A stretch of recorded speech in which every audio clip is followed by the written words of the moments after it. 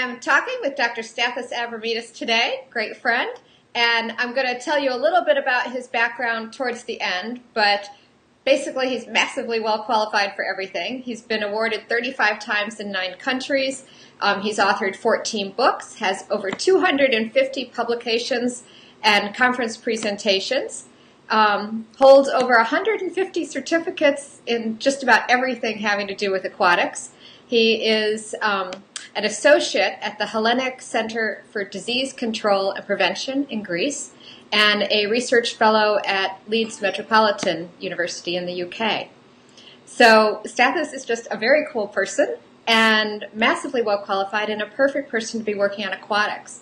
And Stathis, I think one of your particular areas of interest has been having to do with films and how drowning and water safety is depicted. You had a publication entitled Hollywood Films, Truth and Lies in Relation to Drowning and Life-Saving. What prompted you to start working on looking at aquatics along with films and Hollywood things? What made me? Yeah, what sparked your imagination? Well, it is partially because I was involved in television programs in one way or another, and I'm trying to bring together different elements in my life and try to make links with whatever possible. So I try to bring water safety together with everything that I can imagine. And I thought, well, this is a very, very interesting thing because there is a specific term in cinematography called entertainment education, where the last decades people are actually taught how to write a film script in order to educate others. And I was wondering if this is the case for drowning-related issues. So I wanted to investigate in quantitative way how films, what actually films are telling us about water safety. Is it, for example, the brave man that saves the naive and helpless woman or a child? Do the films, especially cartoons, educate in a way our children how to use life jackets while they're engaged in the water and things like that? Cool. Well, I know you have, I didn't mention it, you're also Mr. Grease and you've appeared on a lot of television stuff, so you are a Renaissance man in that sense, so it does seem a very natural tie. Where do you think putting things in film and television would actually help raise awareness? How would you envision using that media to help end drowning? Well, I believe that regardless of whether the films show the right or the wrong attitude, they can be an excellent means for educating people, because when they depict something correct, you can use this video for educating the people to do the right way. And this happens actually while you are on cinema or when you are watching your DVD, because you see the correct thing. It's like a film star is using a seatbelt when they're driving. So it becomes natural because you see the star doing the correct thing. On the other hand, when you see a wrong attitude, you can go back to the class and say, look, children, let's watch this few minutes video and I want you to tell me what is correct and what is wrong. And then you can start making a very constructive conversation about the do's and don'ts. So you can use both good and bad things for the benefits of the pupils. And because we are in a society where we would like to mimic what film stars are portraying, this will help water safety educators to do their job in an easier and possibly more entertaining way. Cool. So what age do you think people should start? I mean, should this be across films? Should it be directed at young children? Should it be across the board? What do you think is most effective? Well, there are possibly several ways to approach this question. One way would be you can take the films and the rates they have. So if you say, for example, this film is rated for 18-year-olds upwards, right? Then you can use this film scene for this particular age group. If, on the other hand, you can take cartoons, you can show them for all age groups. So this is one way. But on the other hand, if you see that there is a specific scene that it would be safe to be seen to younger people, or even if it has been rated for higher age groups, then you can use it. So it depends on the educator and how you believe that this could be useful. Cool. Because, for example, to make a parallel analogy, rescue tubes are mainly for lifeguards. Right. But I found them a very, very useful tool for educating young children. Cool. They can be used as kickboards. Right. They can be used as a new, exciting toy because of attractive color and shape, and they can be used as a toy. So there are always more than one ways to use the same material. Well, I like that. I like that. It's very pragmatic.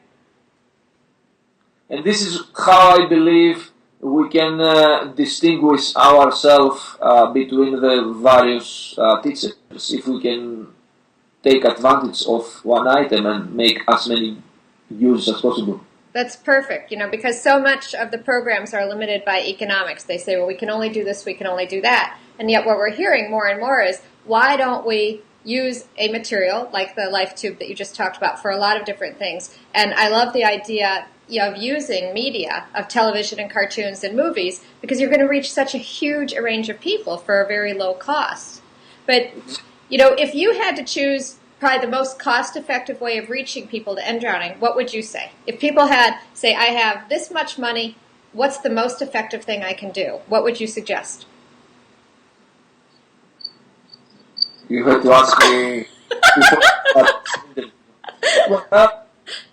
I believe that with the limited amount of money that someone has, the most cheap solution would be to use to get connected with internet. Okay.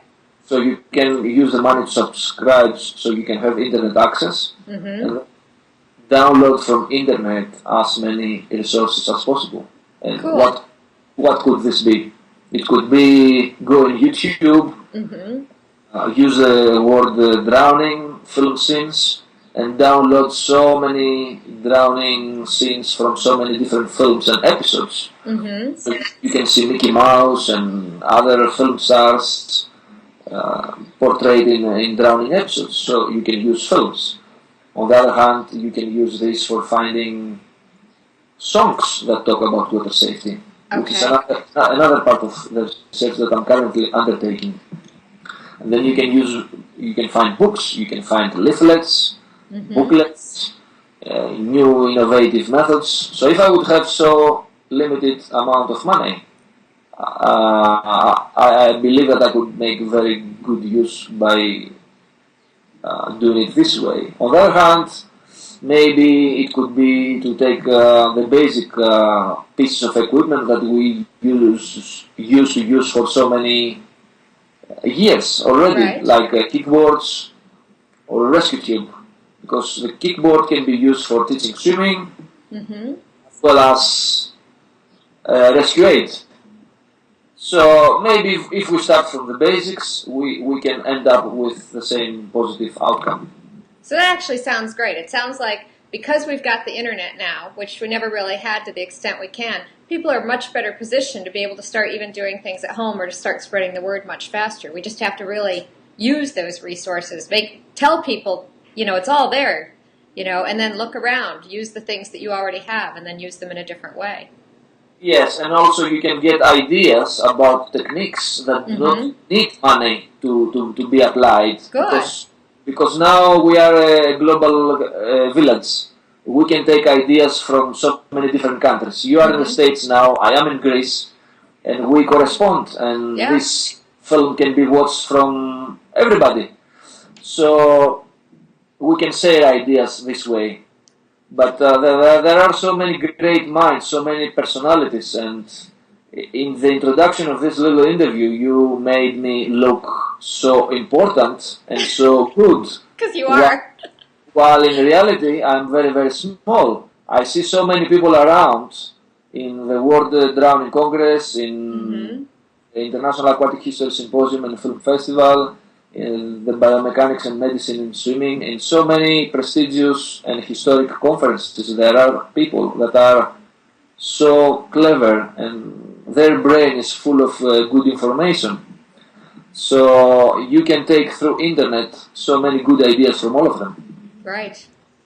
Well, that's a very good point, is that there is so much resources out there, and we're in a very good position to be able to start putting the resources together. In the past, it used to just be at conferences or in literature, and that didn't necessarily make it accessible to most people. But now we can take your brain and put it on the internet and, get the information from everybody else as well. So it does make it a much more manageable problem to address.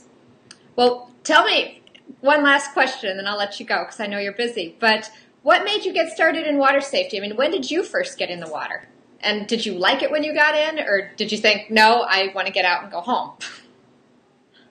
I started at the age of 6 because a friend of mine at the neighborhood was going to the swimming pool. But I stopped at the same age because my swimming teacher was kicking me and hitting me. It was his educational style. Oh.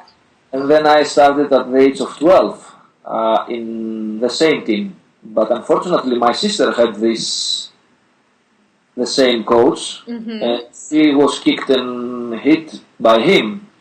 So we changed team, and we were swimmers in another swimming team. So that was 12 years old.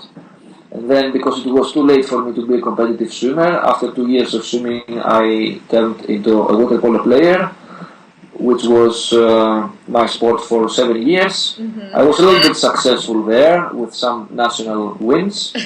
And then when I entered into the university, I thought, how can I convert my ability in the water? How can I make this useful for me and hopefully for others? So there was an advertisement for beach lifeguard courses, and I thought, why not? So I became a lifeguard, and then the next year some of my friends became lifeguard instructors, and I thought, well, this is another progress. So I did this, and then I realized that our education was so poor because we did not have equipment, we did not have manuals. We used to teach resuscitation on live human bodies instead of mannequins. There were not books.